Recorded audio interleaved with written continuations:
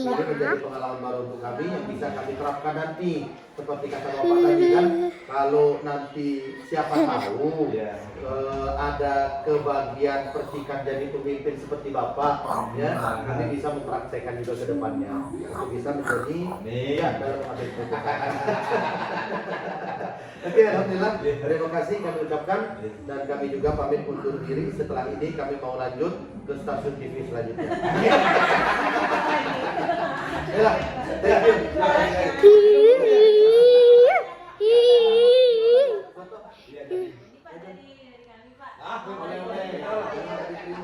Bukan apa-apa ini, cuma 2 hours later.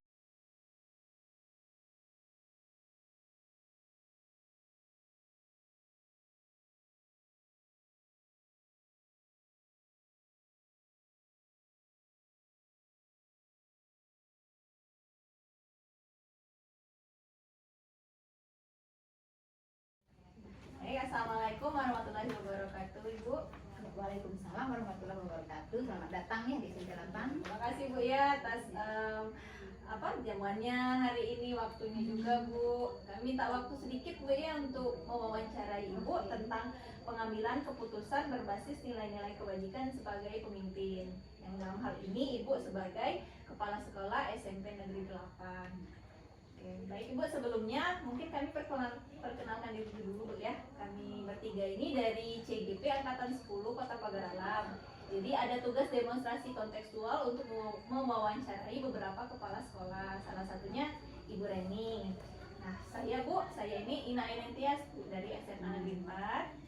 Kemudian ini ada Ibu Hamala. Nama aku Marmala Dewi dari SMK Muhammadiyah Pagar Alam. ya, kalau saya Jesse Kurniawansa dari SMA Negeri 4 Pagar Alam, guru pendidikan agama Islam. Ya. Sambil saya rekam suara juga Bu ya, mungkin nanti takutnya tidak kedengaran. Ini Bu ya. Mungkin yang pertama ini Bu, pertanyaannya, selama ini bagaimana Ibu dapat mengidentifikasi kasus-kasus yang merupakan dilema etika ataupun rujukan moral? Oke. Ya. Sebelumnya selamat datang ya di IP8 Kota Pagar Alam yang bersama Ibu Reni Aryani di sini sebagai orang mensuakan di sekolah. Semoga ya apa yang adik-adik semua adalah guru-guru hebat dan insya Allah nanti di CGP Angkatan 10 sukses dan lancar semuanya sampai ini terakhir. Oke, kalau berbicara ya dari semuanya, kalau berbicara tentang identifikasi kasus ya atau masalah-masalah yang dihadapi di sekolah itu begitu banyak ya.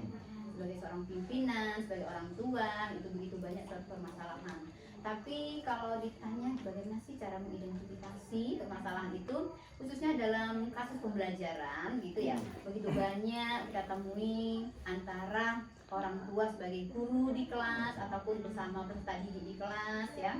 Namun bagaimana sih sebagai pimpinan baik pembelajaran ataupun secara umumnya kita mengidentifikasi? Yang pertama sih kita lihat dulu apa sih permasalahannya.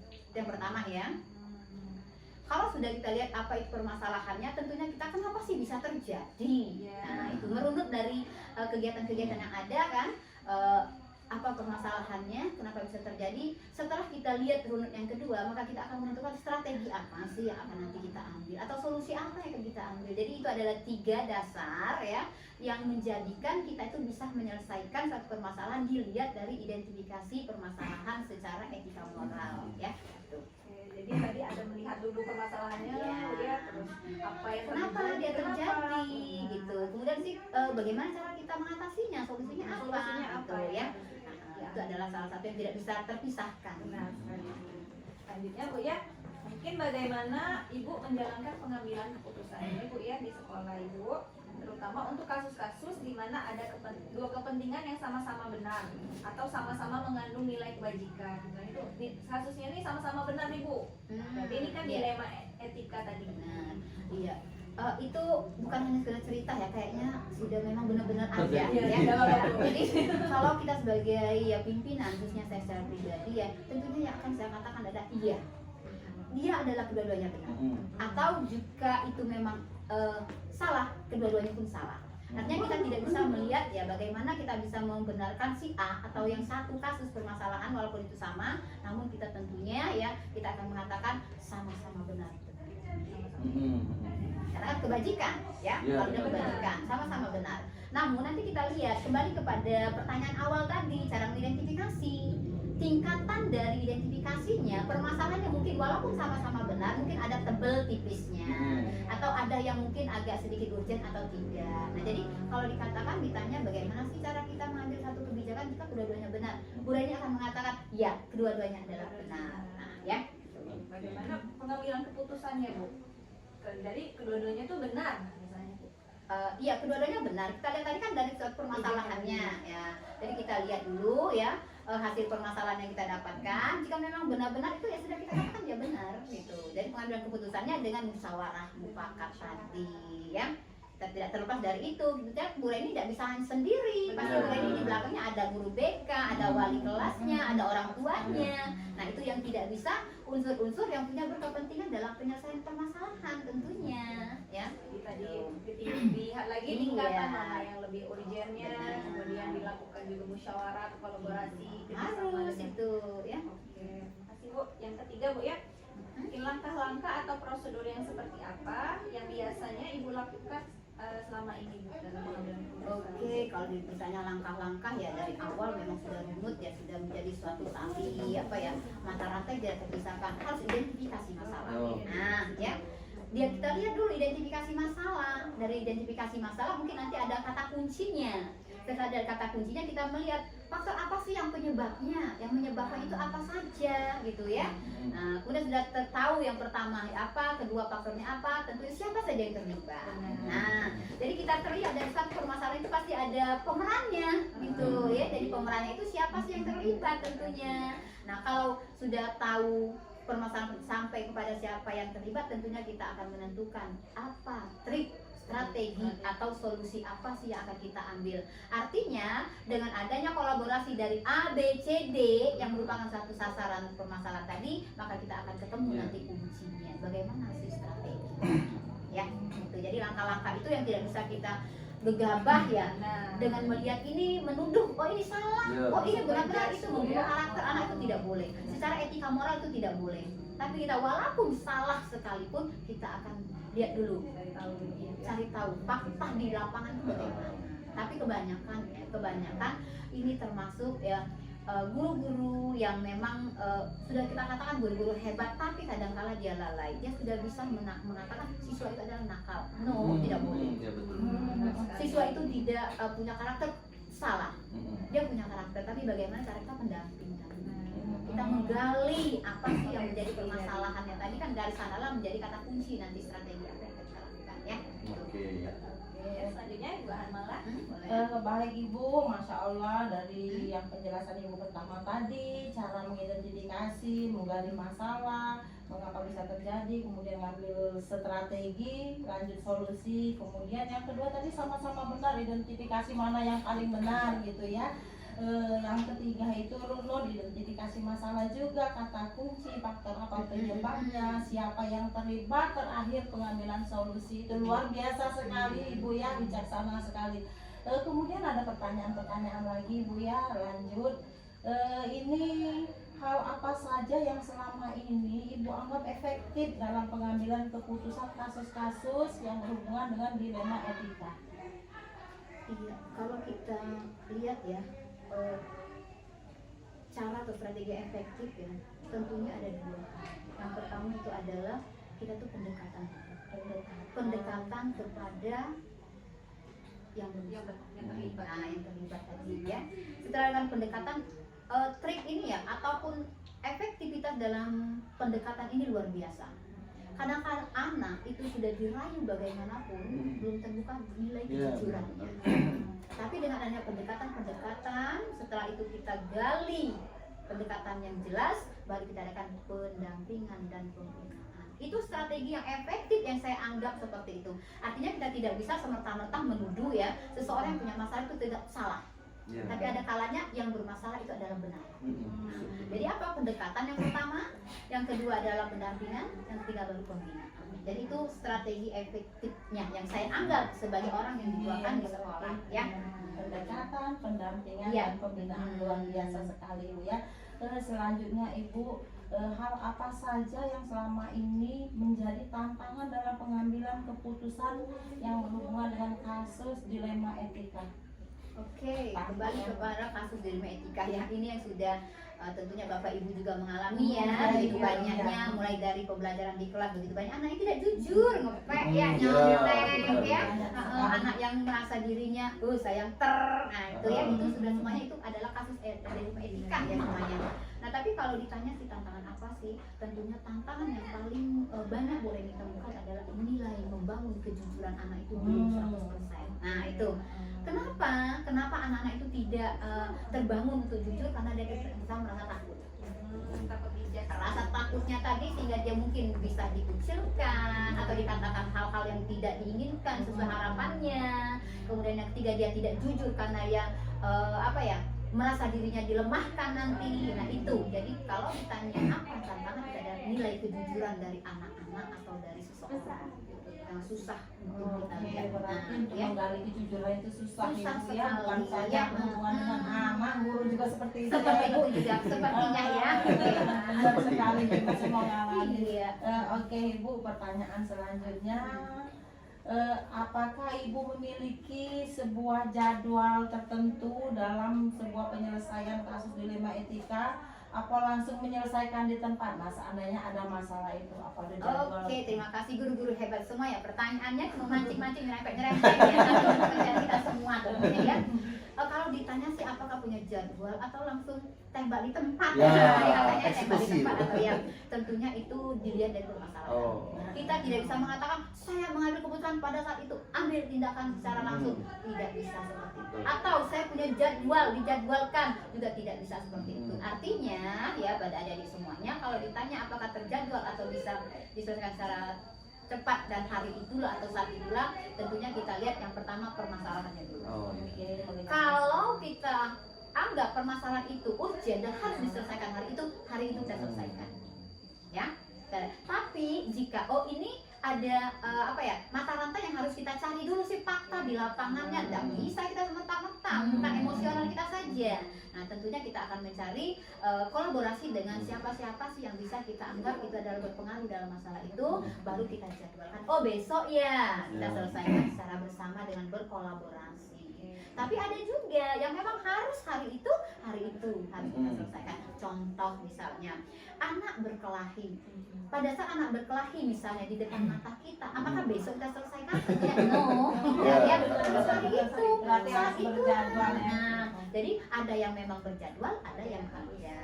Jadi terlihat dari tingkatan permasalahan atau kasus MK-nya. Oke, berarti prosedurnya itu tergantung dengan masalah yang dihadapi. Kalau dia urgent selesai hari itu. Iya, tapi kalau memang bisa, kalau tidak berarti butuh proses dan waktu. Ya. Oke Ibu, terima kasih pertanyaannya. Sekarang dilanjut lagi dengan Pak Jesse. Boleh. Masih lanjut. Penjelasannya Matanya juga Bu. Masya Allah ya. Penjelasannya sudah lama bijaksana sekali, luar biasa. Ya, oke, terima kasih Ibu. Nah, jadi ini pertanyaan pamungkas sebenarnya Ibu ya. Iya, terakhir ini. Sudah ya. Ya, tadi kan Ibu sudah menjabarkan luar biasa Ibu, ini jadi pengalaman tersendiri untuk kami karena ya mungkin kami dari calon guru penggerak ini mudah-mudahan bisa tertular seperti Ibu Reni gitu kan. Ya, kabar-kabarnya ya kan. Nah, jadi karena Ibu sudah berbicara tentang kolaborasi tadi Bu ya, ketika ada masalah dilema etika. Nah, jadi muncul lagi pertanyaan Ibu, adakah seseorang atau faktor ya yang selama ini mempermudah atau membantu Ibu dalam mengambil keputusan saat ada kasus dilema etika itu Ibu? Oke, terima kasih. Ya, ini pertanyaan kayaknya kalau terakhir berarti habis ya. Nah, jadi kalau dikatakan ada nggak sih yang berpengaruh seorang itu, ya tentunya ada. Jadi walaupun hanya sebagai pimpinan tidak bisa memutuskan dengan sendirinya. Tentunya yang awali dengan tadi berkolaborasi. Iya, benar. Artinya kalau di sekolah kita harus gandeng dengan guru BK. Oh, Bimbingan iya. konseling itu Benar, adalah benar. orang yang memang mengerti jalur dalam pemecahan permasalahan. Yang kedua dia adalah dokter sekolah. Nah, kalau ada dokter ada kita, dokter sekolah. iya bisa dikatakan dokter sekolah permasalahan itu kan kembali ke sana. Kalau kita ke dokter, oh nanti bantu ya minumnya obat ini. Iya. Kalau BK sama, dokter juga. Oh masalah ini. Oh biasanya masalahnya seperti ini. Nah, itu. Kemudian yang kedua ada wali kelas. Oh betul betul. Ya. Wali kelas itu betul, sangat betul. membantu, sangat berkolaborasi dengan kita, ya. Yang ketiga ada kesiswaan. Kalau itu wakil kesiswaan itu yang lebih mengerti tentang siswa. Iya, Dan betul, alhamdulillah kalau Bu Reni itu ada, kalau dikatakan ya anak-anak itu adalah di atas 50% saya tahu, walaupun dia membelakangi Bu Reni tahu itu adalah si A. Ya karena apa? Karena saya adalah orang tuanya. Nah, betul, artinya betul. dengan berkolaborasi seperti itu ya, terdapat banyak sih orang-orang yang dapat berpengaruh dalam pemecahan masalah etika ini. Kalau di luar, di eksternnya ada enggak? Kalau tadi intern, eksternnya apa? Ada kepolisian. Oh iya Ya. betul betul. Puskesmas, Polsek ya? iya, ada puskesmas, ada BNN, ya begitu banyak. Ya kalau kita sebutkan siapa saja sih yang dapat berpengaruh dalam penyelesaian masalah ini? Ada ekstern, ada intern. Kalau intern tadi sudah mulai disebutkan, ekstern pun juga. Artinya itu tidak bisa lepas dari kolaborasi ekstern dan intern. Iya, Jadi ya, betul. oke, jadi seperti itu. Ya mudah-mudahan tadi ngerempet, oh pengen seperti Bu Reni, mudah-mudahan Amin. ambil baik-baiknya saja Iya, yang mana Bu amin. Reni dikatakan yang baik. Ya, amin. Iya oke. Berarti ini yang paling terakhir. Kalau tadi terakhir tuh ya. Ini Ini yang paling terakhir. Tadi baru terakhir. Ya. Nah jadi yang paling terakhirnya ini Ibu, dari semua hal yang telah disampaikan Ibu ya, pembelajaran apa yang dapat Ibu petik dari pengalaman Ibu selama mengambil keputusan dari permasalahan dilema etika ini Ibu? Oh ya, oke ya. Jadi kalau ditanya, wah asam garamnya udah banyak Ah. ya. 97 ya, 90 Oh, sudah 97. berkecimpung. 90 ya sudah berkecimpung dengan anak-anak ya. Mm-hmm. Kalau udah hadir satu hari saja kangen ya dengan anak-anak Ah. ya. Iya. Sampai hari ini coba bayangkan tarisan 91 Ah. sampai saat ini ya. Nah, itu ya. Jadi kalau ditanya apa sih yang kira-kira yang bisa ditarik kesimpulan pembelajaran apa ya? Begitu banyak ya. Yang jelas secara pribadi dan kedinasan ya, kita belajar dari masalah-masalah yang kita hadapi itu yang pertama adalah mengecilkan masalah yang besar. Nah itu bukan berarti kita yang kecil dibesar-besarkan, nah, tapi kita balik mengecilkan masalah yang besar itu pertama, karena di masalah itu kalau mau besar-besar Ya betul betul betul. ya, Sama kalau besar, kecil ya. ya kecil. Nah jadi bagaimana kalau kita menyikapi, nah, jadi kita itu membuat mengerucutkan permasalahan itu, jika bisa diselesaikan dengan kecil ya kecil. Betul betul betul. Yang kedua tentunya kita seiring dengan itu kita harus menahan emosional. Nah ya, emosional kita harus itu bagaimanapun kita harus mengendalikan emosi. Ya betul. Permasalahan itu tidak akan selesai dengan Iya. emosional. Betul, Tapi betul. ada juga mungkin yang diiringi dengan emosional. Nah itu. Jadi dengan adanya pengerucutan masalah, kemudian ada menahan emosional. Yang ketiga tentunya kita harus positif thinking. Iya. Ya, positive thinking itu harus. Kenapa? Karena ya positive thinking itu adalah suatu pemikiran yang positif. Jadi yang negatif bisa menjadi positif. Jangan yang negatif positif menjadi Kalau negatif. negatif. Nah itu ya. Betul. Iya. Jadi kita kembali kepada hal-hal yang apa yang kita hadapi itu ya, kita harus pakai 3 strategi pembelajaran yang diambil, yang dipetik itu. Iya. Kemudian yang ketiga kita terakhir sekali adalah bagaimana sih mencari RPL-nya. Tidak lanjutnya Bu ya. Strategi apa yang akan kita tempuh itu harus itu dalam betul. pengerucutan, menahan emosi, positive thinking. Terakhir kita akan mencari strategi. Strategi kalau salah itu fatal sekali. Iya betul sekali. Ya, jadi kita harus benar-benar dengan diiringi dengan positive thinking, emosional tertahan, mengerucutkan, tentunya insya Allah ya dalam mencari RPL atau solusi itu akan leluasa dan terbuka dengan sebesar-besarnya agar terjadilah kasus yang besar bisa dikecilkan, yang tidak bisa diselesaikan bisa Ya. diselesaikan. Saya kira itu sebagai penjelasan dari Bu Reni ya. Alhamdulillah. Kalau ternyata masih ada pertanyaan? Ini sudah lengkap Ibu. Jelas, Ibu. Sudah lengkap dan jelas sekali. Oke, Oke, terima kasih silakan Ibu. Ya, Ina. Kami sangat berterima kasih Bu ya dari jawaban Ibu ini, Masya Allah Bu ya, jadi pemimpin itu memang sangat ada dilemanya kadang-kadang, tapi harus mengambil Keputusan ya, kebijakan ya. yang bijak dan tepat juga, yang tidak merugikan orang banyak. Terima kasih Bu Reni sudah menjadi narasumber kami hari ini. Kami berharap banyak sekali pembelajaran dari Ibu yang kami dapatkan hari ini. Semoga juga bermanfaat bagi kami di kemudian hari. Terima kasih Ibu. Oke, terima kasih kembali ya. Semangat untuk kita semua, Alhamdulillah, semangat siap, untuk semangat terus. angkatan 10, Amin. sukses untuk kita semua ya. Amin. Mohon maaf Oke. jika ada salah. Sama-sama, Inilah Ibu. Bu Reni yang mudah-mudahan sukses ke depannya. Amin. Oke, terima kasih banyak. Kami yang mohon maaf kalau tidak punya bawaan apa-apa. Pertanyaan itu bawa. Oh, bawaan. Pertanyaan itu sudah Jadi kami datang membawa masalah dan pertanyaan. Oke, terima kasih Ibu. Ya. Assalamualaikum warahmatullahi